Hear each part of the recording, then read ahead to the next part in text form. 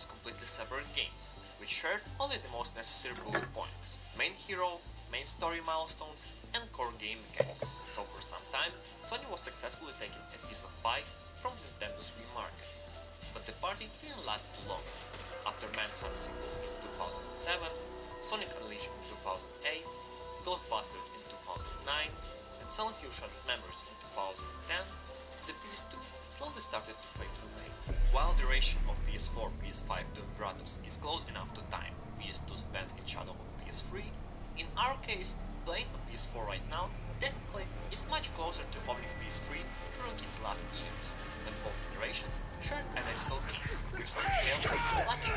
Emergency power the guard's computer only shows local files, and I have no desire to see what he got up to in his spare time.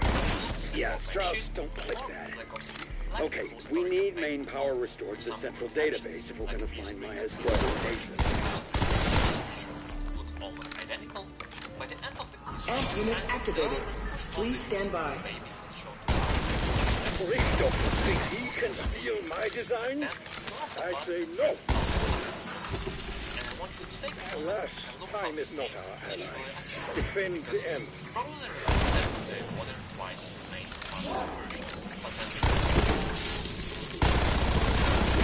I trained for this. Graphics that by today's standards, it was clear as a day. Amp unit energized. Online. Fucking breach happened right after I said your sorry ass is free. Right from the I start, would rather not speculate beyond saying that every plan involving you tends to turn to excrement. I won't forget you, buddy.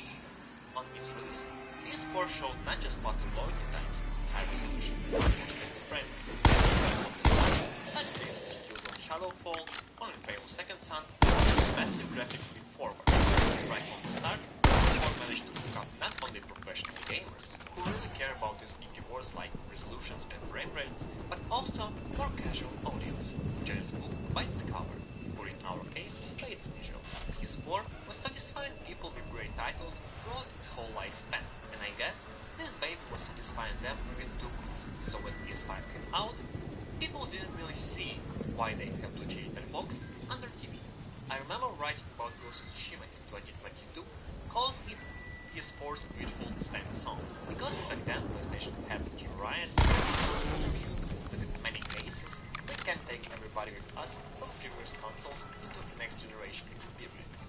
You need new hardware, you need new devices to experience what these developers want you to experience. Definitely nothing was promised here, but most people took it as a secret with all first-party PlayStation studios switched to I do PS5 hope that Dr. Modi has been torn to pieces by this mob. Modi? Ravity Modi? I only know her by reputation, but the sick shit she's done to people. Fuck. Ordinary gamers assume nothing shown there will come to PS4, so we all should be prepared. Amp unit activated. Please stand by. And you can imagine my face. That Miles Morales was released on PS4,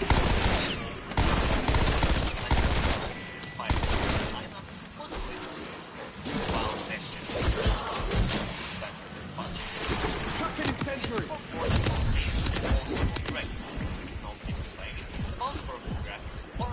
Crystal maturation failure. Reboot in process. Faster loading times An amp powers up faster than you can microwave a TV dinner. Next time, defend it till the little bell dings. Next-gen experience already became current gen experience, and PS4 owners. I've been lucky loads of times. My already mates, not so much.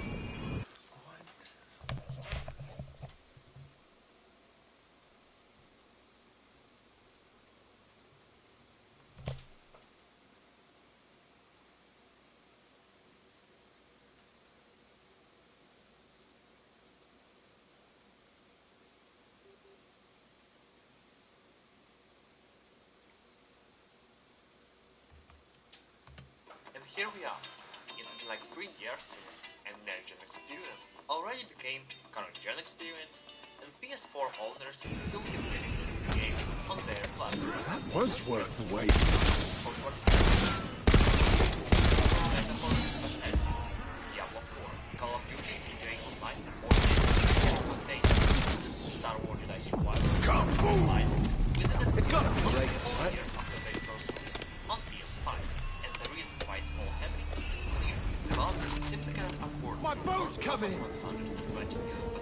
PS5s. Meanwhile, PS4 owners still don't see why they need the PS5. Sure, when you launch a modern game, the PS4 transforms into a freaking helicopter.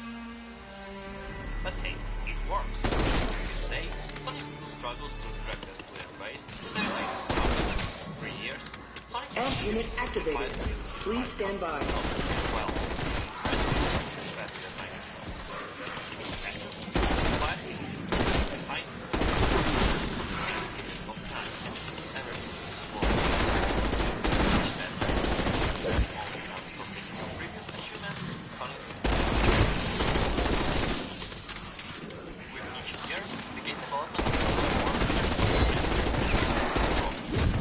and AAA games can easily contribute Amp unit energized. Area 2 online. adventurous gamble that with several That's it. Modi has gone too far. Really wrong. Fish my warheads out of the sea just to spite me and my genius. Stealing warheads is too far. As the main hero, Not for crimes against humanity. share the same base. If we get out alive, you and I are having a chat about across all nonsense. three games, and likely in the remake of the first Witch. All of course to cut development costs and reuse what worked perfectly before. The creators of Like a Dragon copied their series began, and fans rarely complain. Some developers choose to redefine the possible options by porting their games to every available platform, sacrificing graphics and innovation. Essentially, creating the same games with minor significant fixes to them, while others throw all of that in the window and genuinely try to amaze players. Creating games fresh and engaging, creating a game that is the last game to be created by the they can worry about how long their game is. Is it following modern trends or not? Or how many options the main character's model has? Those developers think of the gameplay as king, and somehow we need to drive this game at home to a wider audience. Hopefully, in the near future, the word next gen is gonna be redefined in context of gameplay experience. Because seriously, I won't last for another hour for this kind of presentations and teraflops level of discussions in Twitter. At the beginning of this video, I briefly mentioned shuffled memories. Developers track to a player focused on while exploring new locations and sounds. The game observes your behavior and use that information to subtly alter your experience. Essentially, this game played you as much as you played it. This innovative concept, originally created for Wii, PS2 and PSP consoles, remains fresh and engaging even today. And of course, speaking of wild concepts, I just cannot mention Breath of the Wild, which launched on what was essentially an Android tablet with PS3 level of hardware. Through its physics-based gameplay mechanics, Zelda Amp unit is activated. Please stand by. welcoming many newcomers. Not the whole gaming culture is often in both cases. Game design is really key element of their success. But of course, releasing games with that level of creativity and score isn't always about technical limitations. Despite the great hardware limitations in mind, Breath of the Wild didn't come out in the PS3 era, not because back then people were dumb, but because of years of experience. Amp unit energized. Area 3 online. Become a concept which told Shit. his heart Protocol dictates the hard drive gets moved during a red alert. Maya's much more fun than sitting with a pint glass of answer and searching visual differences. We have boots on the ground who can search for the hard drive. She will of PS5 find it. console. Clearly, those kind of demonstrations aren't coming out of Sony's perfect state of video game business. PS5 really suffered during its early years. First, with Sony's We Believe in Generation statement, followed by release of first-party cross-gen exclusives. The live service obsession that gripped Sony about 5 years ago, and which I hope is in the deep past for the company all well never mind, resulted in cancelled games, closed studios, and wasted time with money. As the backlash, this wasted potential led to an endless parade of remasters and remakes, leaving many gamers questioning their very need of existence. The PS5 has been on market for 4 years, and I still cannot name a single generation-defining title from this era. Demon's Souls is just a remake, Miles Morales and the Spider-Man sequel don't match the original impact, and while Returnal is excellent, it's too niche to be the game. This weird Destruction All-Stars thing. What the hell that even was? Astrobot is fantastic, but serves more as a PlayStation Legacy celebration than a new chapter in its story. And what about League of Horizons? They released it on PS5, PC, and for the first time in history, Sony published their game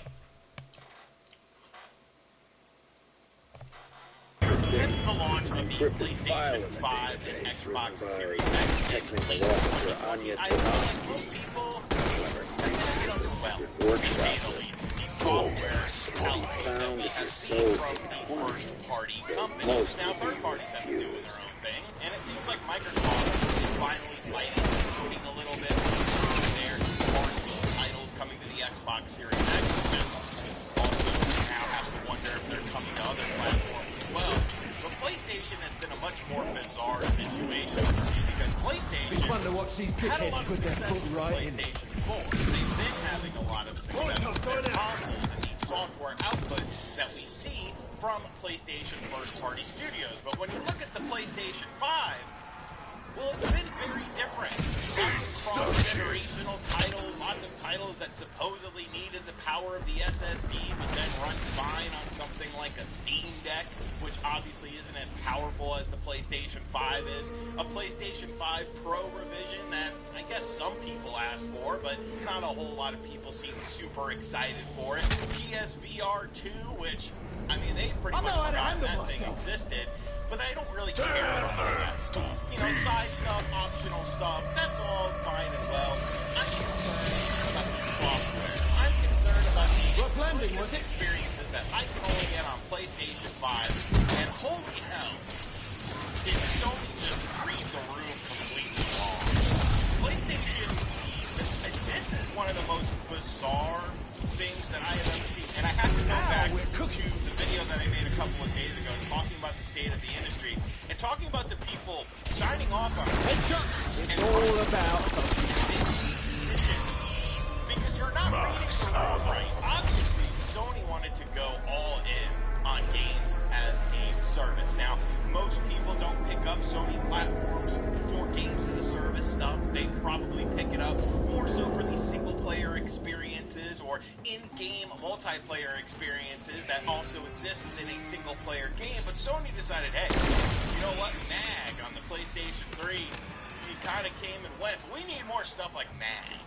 MAG is the future of this company. And now we have a laundry list, a graveyard of games that Sony has canceled within the last year that were all going to be live service games. Concord, take it offline. Make sure you follow Tommy over on the Twitter sphere. He does good stuff like this.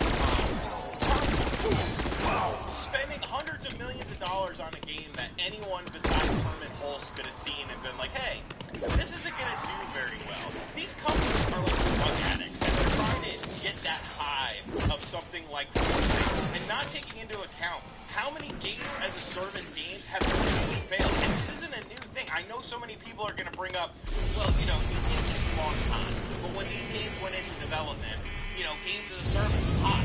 Were they really?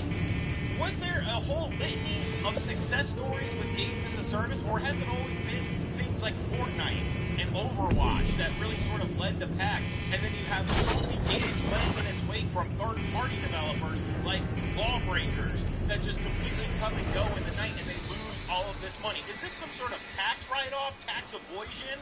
I say avoision. Concord, absolute waste of money. Unannounced God of War live service game canceled. That's a new one. What the hell are you going to do with a God of War live service game? Now, I don't love like Ragnarok and stuff like that in the God of War games. I prefer the older style. But even taking away that, even taking away the story elements and stuff like that, where is gameplay of God of War Ragnarok or God of War 2018? Do you look at the gameplay of that game and think, hey, this is a multiplayer game? There is multiplayer potential in this. The movement doesn't lend itself to any sort of multiplayer thing. The combat doesn't lend itself to any multiplayer thing. Maybe if you're teaming up with someone, but that just feels like a mode that you would just add into the game. I know you said, look at Elden Ring, they're doing something different. Elden Ring is a different sort of situation. Elden Ring does not have an overinflated budget like something like a first-party Sony game does now, where you have to sell so many freaking millions and millions of units. The game's gonna take, 20 years to come out. The Last of Us, back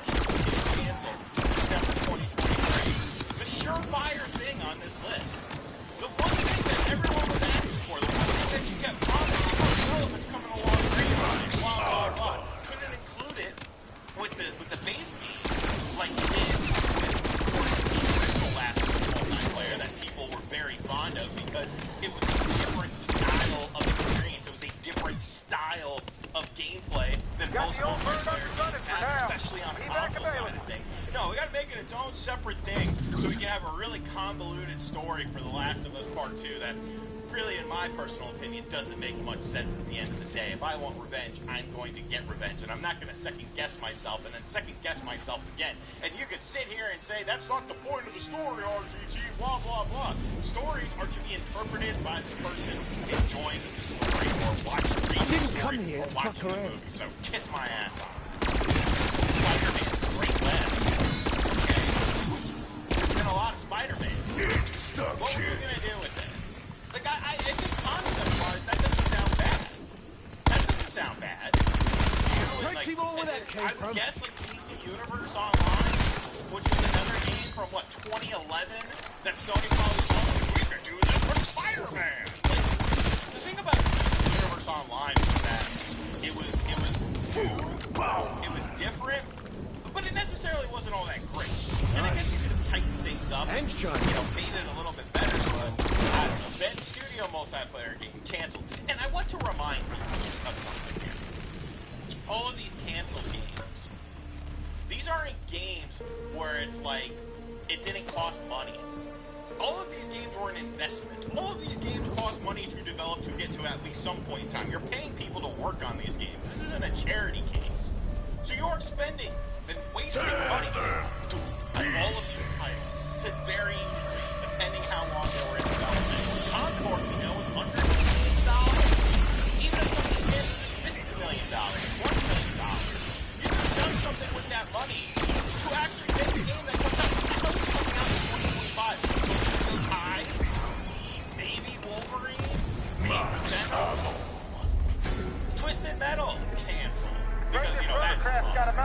It's very tough to make a Twisted freaking Metal game. Once again, I think Twisted Metal live service is an easy thing to do. It's an easy thing to do. Multiplayer, you know that crap-ass Destruction Derby All-Stars that you put out there that nobody gave a shit about? That completely came and went like a fart in the night that you probably lost a bunch of money on? If it would have been a Twisted Metal game, bet you it would have done better. And I know people are saying you can't rely on nostalgia. Twisted Metal hasn't been around since the PlayStation 2 with Black. That's not relying on nostalgia. That's simply reinvigorating a franchise that people like, that PlayStation owners like. I know, God forbid you do something for a PlayStation fan. London Studios co-op game, studio closed, canceled. Deviation Games multiplayer game, canceled. Payback. Third-person Destiny spinoff from Bungie, canceled. Horizon MMO, canceled. Horizon. You know, I'm going to say something. I'm going to say something about Horizon that's going to surprise a lot of people. I think Aloy is a crap character, and I'm not the biggest fan of Horizon. However, looking at games on this list, I would put this towards the top of a Horizon MMO that would make sense. Because you do have this big world. You do have an interesting movement system. You do have a lot of things that you can pull from within this world to potentially make a Horizon MMO interesting. I'm not saying that, you know, Aloy is going to automatically become an interesting character, but I think that's not a terrible idea. But you feel like a right It's mug just now. kind of Horizon fatigue with a lot of people. And I know that's crazy to say, but, you know, they are milking Horizon into this huge thing.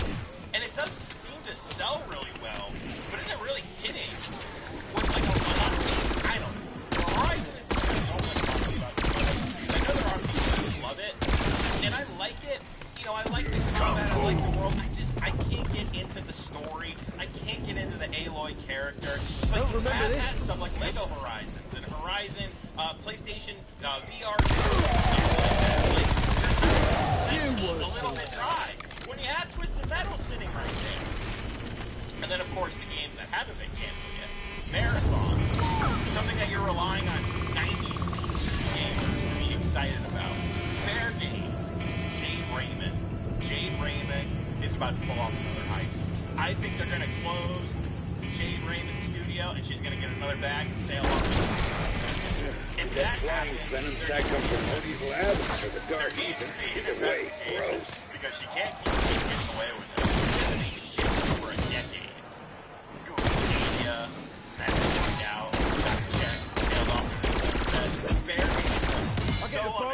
taking out so many of The them. characters are so annoying. And it's a shame, because Payday 3 kind of sucks. So there is a market for that big game. But nobody wants to play such an angsty teenager trying to fight the man when you're buying a game from a billion-dollar company. Like, the optics are so awesome. Horizon Online, Guerrilla Games, Baby, Bungie, Gummy Bears in development. Jason Blundell. I don't know that. I hate bonus boy. They're like, oh, this is a game from Jason Blundell. Who? There are like 6 people in the video game industry where you could say it's a new game from them, and like, everyone it all right? matters. Everything else just doesn't matter. And Helldivers 2 live. So, a lot of games here. A lot of wasted money, wasted opportunity, wasted potential, wasted time, wasted effort, wasted resources. But I bring this back to the main question that I have. What's happening in 2025? Remakes and remasters? Stuff that hasn't been announced yet? Because usually, you know, you need a little bit of lead-up time. And we obviously have Ghost of Yotei. I don't think both Wolverine and Venom will come out in the same year. So maybe we get Venom, more of a side piece, a sidekick to this Spider-Man universe that they are building on the PlayStation brand. We are in year 5. Technically, I don't know. It depends how you look at the calendar. But at the end of this year, in November of 2025, we'll be 5 years into the system's life cycle. We are over 4 years into it right now. And the output of games has been terrible. There's really been more canceled games than games that have come out. And it's because of this ideology of the video game industry. This bigger, everything needs to have this huge budget, everything needs to take 10 years to make, everything needs to be its own thing. You can't make a single-player game that has a multiplayer component. No, it needs to be separate. We need to separate it. Let's do another remake, do another remaster. When you have success stories like Astrobot just sitting there, a game that didn't have a huge budget, a game that didn't have a huge turnaround time, a game that was just fun, a game that just looked good and played good. It wasn't a realistic art style. It wasn't some gritty freaking narrative like every Sony game needs to have. Like, third-party companies are really the ones that are keeping Sony like relevant right now. To me, at least. I can't tell you the last time I played my PlayStation 5 because I played my third-party games on Xbox. Like, Astrobot was the last time I played my PlayStation 5. Enjoyed it. Thought it was one of the best games of 2024. What am I playing in 2025? How is PlayStation fumbling so bad? It's got to be leadership. It has to be leadership and this bullshit positive culture mentality where everything is great, everything is awesome, and what if thousands and thousands of people lose their jobs? Millions and millions of dollars are squandered. You want to run a friendship, not a business. In business, sometimes you have to make decisions. Sometimes you have to reason. Sometimes you have to realize, hey, this game sucks. We're not going to waste any more time on this. And you can say that there's potentially what they did with some of these games, but it's the timing of these things. You have to be able to realize that games is not going to set the world on fire. You have to realize that games as a service is not just an easy thing to do. Yes, you can get one game as a service that completely blows up and becomes the next Fortnite, and then you don't have to worry about all of the failures that lay in its wake. But what happens if you don't get that big game? What happens if you don't get that big games as a service success, and you waste hundreds and hundreds and hundreds of millions of dollars on all these games? When you couldn't make what the PlayStation fan base has wanted you to make the whole time. I don't know. It sucks. But if you really,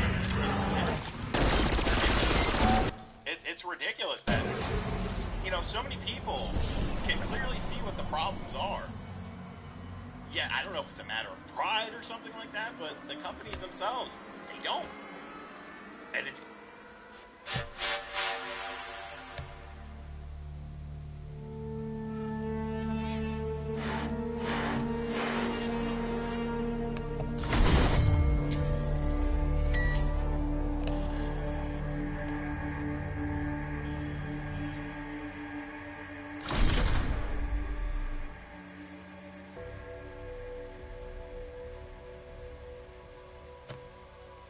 have to make these sacrifices. You don't have a choice. And if you think you have a choice, you are wrong. They come in here expecting a certain thing, and if you don't provide it, it's very disheartening to them. There's a difference between constructive criticism and just being like a jerk off. And 1% of you are absolute scumbags. You know, somebody who's like, you can make the same working as a cashier at McDonald's. So what we're doing now is we might get rid of video games. This is my friend Mark. Last year I interviewed him about his first year owning a video game store, and he was brutally honest with me. They hated me for that. They talk trash. They kick the hornet's nest. They try to start fights. I never stop. I'm 7 days a week. I have a 1-year-old and a 6-year-old. I don't think I'm going to see my daughter walk for the first time. For some reason, 3 million people decided to watch that video. So I'm here 1 year later to follow up with Mark on what it's really like to grow a video game store. 3 million people decided to watch that video. So I'm here 1 year later to follow up with Mark on what it's really like to grow a video game store, find out the honest reasons why he's changing his business model, and ask him about the fallout of his business going viral. I've been holed up in the mansion since yesterday trying to organize a containment response. How does it feel Now that you're here, let's lock down that AO. I'll try body cams and coordinate. Your comment section is mean, and I read all of them. You guys are mean. You know, just kidding. Dude, I saw you were in the trenches there, and I want to add like what the going viral takes on you. Oh yeah. Also talk about how you're pivoting your business. As we do that, you mind like kind of giving me a little store tour here? Heck yeah. Alright, so a few things have changed since you were here last. We have this big console wall now that we're working on. This is beautiful. Yeah, this is my baby. It really just comes down to making sure everything looks as awesome as you can possibly. Yeah, tell me as we're exploring back here about the pivot that you decided to make this year. Well, video games were doing exceedingly well after the video decided to go viral. We were getting calls from people all over the country, hey, I'd love to sell you my collection, I'd love to sell you my collection, I'd love to sell you my colletion. Wow. So we started buying a ton of stuff, and then, of course, that correlates into a lot more sales. So we started having an overflow of money, needed to put it somewhere. The other half of our business was Pokemon. And we started getting a lot more well-known for Pokemon. And because of the business strategy that we always implement, trying to follow the money, we decided that we were going to harder to Pokemon. Instead of it being like 30% Pokemon and 70% video games. Speaking of Pokemon, by the way, you have an entire Pokemon cabinet. This is really impressive. Yes, she's nice and pretty. Pokemon, when we first started, was about 10% of the business. It started to get bigger, became like 20% of the business. You're talking cards. Exactly, Pokemon cards. And this is my wall of Pokemon that were very steadily increasing in size. Okay. Reason being, the video kind of gave us a little bit of a notoriety for something we didn't expect. And that was nice little saying, we didn't know you did Pokemon. So they thought we were just video game place. And all of a sudden they're seeing all this. Well, and at the time, it was not a huge business. No, it was probably about 25% of the business. Pokemon was 30% of the business to 50% of the business. We noticed that was paying massive dividends. So what we did is we picked up a few new cabinets. We got these nice split up ones. Yeah.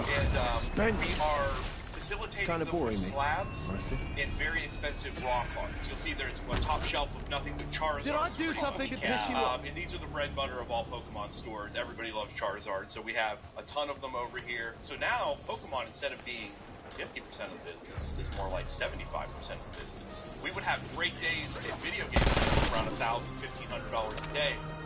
Pokemon sales have been like $5,000 a day. Pokemon has trouble keeping it in stock. And so you're faced with a really interesting decision now. It's like, do you stay in the lane of the thing that you started that's been good? It's a good industry. It hasn't given you any issues. No. Or do you forecast something that's kind of slow? So Pokemon right now is a very interesting place because the next year is nothing but mega sets. We're looking at incredibly lucrative sets coming out in the next year. So what we did was we went to shows and we started bringing exorbitant amounts of products. Buying from people, from other vendors, buying more sealed product, buying more singles, buying more slabs. And we noticed that the money in it was just so exceedingly incredible that it became almost a detriment to spend money on video games. Because that's money we could have been spending on Pokemon cards. Yeah. So what we're doing now is we might get rid of video games. Holy cow. Okay. So I need to ask you more about this pivot and that decision-making process in a business, and also about the profits that you're making on different kinds of inventory. Well, now that you are pivoting a little bit more into Pokemon than into video games, I do have to ask, are there any games that you're looking to maybe clear out a little bit so you're trying to still in the clumsy video games? So, there is a lot that we're looking to do right now, due to this. We have a big show coming up this weekend. Any extra capital is just incredible. I know we're at like 23 for these. Sure. 25 for Fortune 3. Is that correct? Yeah, that's correct. Okay, got a couple copies of those. Folks, I would be remiss right now if I didn't say, not Pokemon cards, definitely sell them to Mark. If you've got video games that you want to sell, please sell them to us at myquickflips.com. You can get fair transparency. Like, you don't have to worry about getting ripped off at GameStop. Don't have to worry about listing or photos or individual games on eBay and then getting scammed by a buyer. You can get fast, fair cash for your video games by selling them to us on myquickflips.com. We'll get you paid out within a few business days of when they arrive, and we love doing business with viewers. You can look up your games on there right now, myquickflips.com. Appreciate you letting me plug that here. These, I think, are 25 a piece. Sure. As I'm going through these a little bit more and just kind of making file, I'll show you all the offers later, but talk to me about how your overall revenue has changed since last year, and how much of that is now cards. Yeah, Wasting those little in shits on site. terms of video games, we've doubled the sales. So last year was about $250,000. Now we're closing in on 500,000. You know, the video, of course, had a lot to do with it. The first few months were out of this world in terms of business. Nothing like I'd ever seen before. And then Pokemon cards, you know, just to give you an example, in the last 2 months, Pokemon cards on our newly moving in on the plan have gone over $100,000. So we're looking at around, in the last 3 weeks we've done $74,000 since we've leaned into it more and came back from the show. From 11/18 until now, we're at about $75,000. Which, for anyone who doesn't remember, that was close to your whole profit from last year. Yeah, the last year was around 75 from the store, not from all the other extracurricular things we did. For those of you out there that were like, yeah, because nobody asked, like, does he do conventions, or does he do Facebook groups, or does he do whatnot? And it was like, no, this guy's a scumbag and makes no money. Pokemon in the last few weeks, there's way more conventions, there's way more shows, they're way more centralized in Georgia as well. So Pokemon is a lot easier to make money with. So literally in the last, almost a month, we've pushed almost $75,000. That's not including all the buys we've made, and the fact that we're probably pushing about $50,000 in inventory right now. Oh my gosh. Is there any part of you, I'm curious, that like as this brush fire is exploding with Pokemon cards in your business, is there any part of you that's a little bit worried because like Pokemon card market right now is kind of in a frenzy, right? Like, Yeah, it's booming. Some people might say it's a bubble, but whatever, it's on the incline. Is there any part of you that's worried, okay, I might pivot into Pokemon, and then it goes into a decline? Then what do I do? And by that point, I've sold a lot of my video games, most of my store maybe, or all of my store is Pokemon. Is that a fear in your mind? For right now, no. Just because, like I said earlier, the amount of good sets coming out is so astronomical that the next year and a half is basically set in stone as going to be just absolute bangers. Now everything is starting to just lump into one big category of a very, very big next year. So right now, I don't want to say that it has a protective bubble around it, but it is entirely probable that at least the next year and a half to 2 years, the game is going to continue and the roller coaster going up the hill. Talk to me about whether Pokemon cards versus video games, because there are parts of that market that I'm very envious of. Yeah, one is the size, and it's the ability to travel with them a lot more easily. We did a couple conventions in October and November where we had to drive 90 hours in 4 weeks. Oh my god. That was to go to Arkansas, Texas, the Panhandle. So it was a lot of driving. Where we got with that with Pokemon cards is we realized we could just take a Goliath case. That's a wheelie case for those of you that aren't familiar. We could take those on an airplane and just check it in as a carry-on. So we're paying $50 essentially just to fly to Georgia, and it takes 2 hours instead of driving to Texas and it taking 17 hours. And how much inventory did you say you can get in one of those bags? In the Pokemon world, you could easily bring $100,000 in just one not small case, but one reasonably sized carry-on case. Just for reference, most of the vendors that I'll talk to at any given video game convention that are located in trucks, U-Hauls, U-Hauls, like a great weekend for them might be like 15 or 20K. Yeah. If they're, and you know, maybe they're selling like 30% of their inventory or something like that. So on the high end with a whole truck, you're maybe getting 60, or for the highest end ones, maybe $100,000 worth of inventory. But for Pokemon, it's one bag. Yeah, we at the last show we did in West Palm Beach, we sold probably around 15,000. That was with a and that's how you do it. Amount of inventory, nothing close to what we have now. And we were able to buy over $30,000 in cards to bring back to the store. The next day we came back on Monday, we sold $20,000. That's not an exaggeration. We had multiple whales. We posted them on Facebook, and this is not a joke. Within 10 minutes of posting them on Facebook, we busted down saying that they really, really, really wanted to get what we were showing. You said you had multiple whales. What does that mean? Well, people didn't come in and spend as much money. You might have seen in the store the guy who came in and spent like $500 on video games all at once. Well, the whale in the Pokemon world is significantly larger than one in the video game world. Okay, they will come in and spend thousands of dollars at a time, and that's normal for them, and they pay cash. Do you mind if I ask, like, in aggregate, what do you expect to profit this year in your business? The profits on Pokemon cards are anywhere from between 65% and 30%. Usually 30% on the super high-end stuff because your margins are really, really good on them. But a lot, smaller payouts on the cards that are like $1. So how long does it take to kick in? Symbolically, completely out of the video game section here and into Pokemon, I've got to ask, what do you think about, like, because one of the ways that I hope we start doing more business on our end is with video game store owners like you. Do you think there's any potential? I'd love to for video game store owners to basically not have to turn anything down. Yeah. Right? Like have a price that's like, or a price that you know you can get on this game this week. Right? So, maybe you already have 5 copies of Metal 3, turn that down. If you know 15, you can offer 10, and then whatever you want, and that person doesn't have to go away and it just it's reasonable for that, or is that I think it's going to work in a couple different ways. Like, we do so much volume right now. Over in the Wii section, there's about 7 copies of Mario Kart. We have that, but we can pay $15, $17 on them, and Quick Flips is buying them for $23, $25, whatever they're buying it for. 30 this month. Yeah, I mean, I literally sell them, folks, for $35. Yeah. So if I can buy them for $20 and make a $15 profit off Quick Flips, there's no reason not to do that. But I think most normal stores are going to really, really love this program, especially when one of the games we talked about. So now there's a bigger market for them to start moving. There's more incentive for them to start moving things to Quick Flips because money is king. And you don't always have to maximize your profits. That's the thing that most people in this industry kind of have trouble with, that if you have a $50 game and I offer you $45 for it, that $5 is a really big deal to you. But the ones that know that things move at the speed of money, they really want that quick $15, $16 profit because it's going to open up buying more Mario Karts. And see how it goes. Open that up to selling you more Mario Karts, which is a constant money.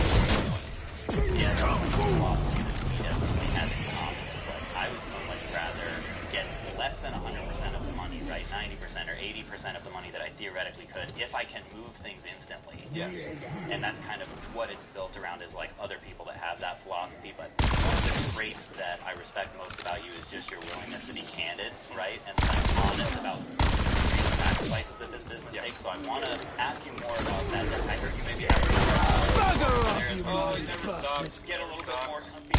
Never stops, folks. All right, so Mark, now that you're putting me to work here, talk to me about, like, when you got all of those comments on your business from strangers on the internet, and you were responding to, like, almost all 7,000 of them. What was that like for you psychologically? So, to be fair, I only reacted to the bad one. Psychologically, it didn't really do much. I come from a world of Magic the Gathering where I was a writer for a long time, right? And I got tons of negative comments, and it's like ingrained in me to respond to those comments because I like making stupid people look even more stupid. The people who are like, oh, he's a bad father. It's like, well, you don't see all the time I spend with my children on the phone. Yeah. And the people that are like, we have more. And I'm like, well, you don't see all the extra aspects of what I think like, you know, just talking about this world.